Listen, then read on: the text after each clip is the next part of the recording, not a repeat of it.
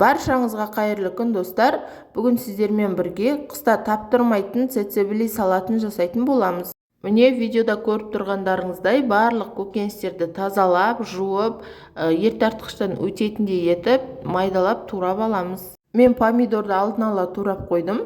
Енді қалғанын турайтын боламыз. Міне осындай жолмен барлығын турап, ыдыстарға салатын боламыз. Көкөністердің барлығының туралғандарын көрсеткенім сіздерге түсінікті болу үшін көрсетіп жатырмын.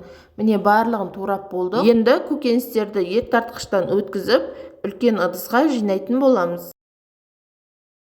Достар, ең оңай тәттілер мен түрлі тағамдардың рецептін іздесеңіз, менің каналымдағы подписация батырмасын басып, қазақша каналдың дамуына үлес қоса отырыңыздар. Міне көкөністердің барлығын шегіп алдық. Енді салатқа 2 ас қасық тұз және 250 грамм сұйық май қосатын боламыз.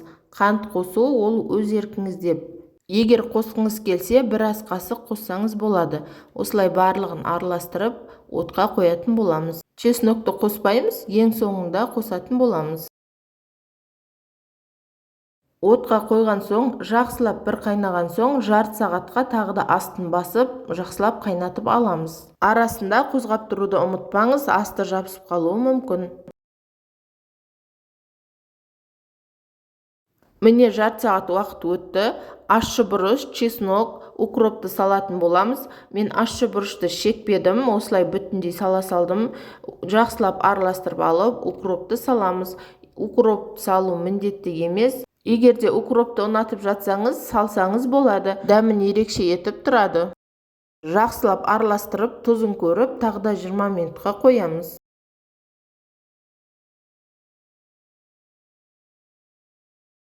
Міне достар, цецебли салатымыз дайын болды. Тазаланып жуылған, буланған банкіге барлығын құйып, жауып тастайтын боламыз. Достар, міндетті түрде осы салатты жасауға кеңес беремін. Әсіресе қыстың күні нанмен батырып жегенге таптырмайтын салаттардың бірі. Міндетті түрде жасап көріңіздер. Құрамы да өте қарапайым, әрі қолжетімді, дәмі де өте дәмді болып шығады. Мен бұл салаттың құрамын аз етіп істедім, тағы да жасайтын боламын. Үйдегілерге өте қатты ұнады бұл салат. Енді жиі жасап тұратын боламын. Міндетті түрде жасап көріңіз, ас болсын.